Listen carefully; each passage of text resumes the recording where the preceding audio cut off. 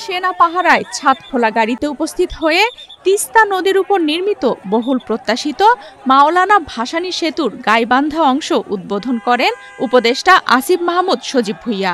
২০ August বুধবার তিনি উপস্থিত সকলকে হাত নেড়ে শুভেচ্ছা জানিয়ে সেতুর ওপর দিয়ে কুড়িগ্রামের এই পারে আসেন এবং কুড়িগ্রাম অংশেরও উদ্বোধন করেন। উদ্বোধন শেষে উপদেষ্টা আসিফ দোয়া অনুষ্ঠানে অংশ নেন। পরে তিনি গাইবান্ধায় ফিরে যান। এরপর তার রংপুরে যাওয়ার কথা রয়েছে।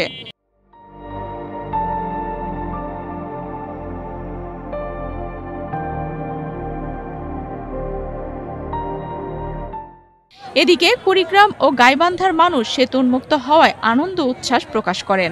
স্থানীয়রা মনে করেন এই সেতু দুই জেলার মানুষের মধ্যে নতুন মেলবন্ধন তৈরি করবে। এতদিন নদী ছিল, কেউ চলাচল করতে পারে নাই, এখন ব্রিজ হয়েছে, এখন সবাই চলাচল রাস্তা সুবিধা হয়েছে, এখন আমাদেরও সুবিধা হলো। উলিপুর থাকি আমরা আসছি, এখন ব্রিজ দেওয়ার জন্য আসছি। এখন যে সরলে তো হয় না, না আইলে তো হয় না। হ্যাঁ,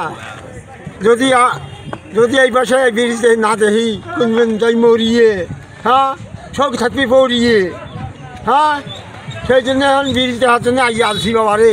এখন তো আসছি বুড়ি আর বুড়ি, সকালে খাই চা মুড়ি, 10টায় খাই ভাত, ব্রিজ দেখে আসছি ভগতে পেট করে খাত। ১,৪৯০ মিটার দৈর্ঘ্যের মাওলানা ভাসানী সেতুটি নির্মাণ করেছে চীনের China state construction engineering corporation. সেতুটি নির্মাণে ব্যয় হয়েছে প্রায় ৭৩০ কোটি ৫০ লাখ টাকা। সেতু উদ্বোধনকে কেন্দ্র করে দুই পারে ভিড় জমায় উৎসুক জনতা ও স্থানীয় বিভিন্ন রাজনৈতিক দলের নেতারা। সেতুকে কেন্দ্র করে ইতিমধ্যে দুই পারে দোকানপাট ও ব্যবসা বাণিজ্য গড়ে উঠতে শুরু করেছে। সেতুটি উদ্বোধনের ফলে কুড়িগ্রাম থেকে প্রায় ১৩৫ কিলোমিটার পথ কমে আসবে।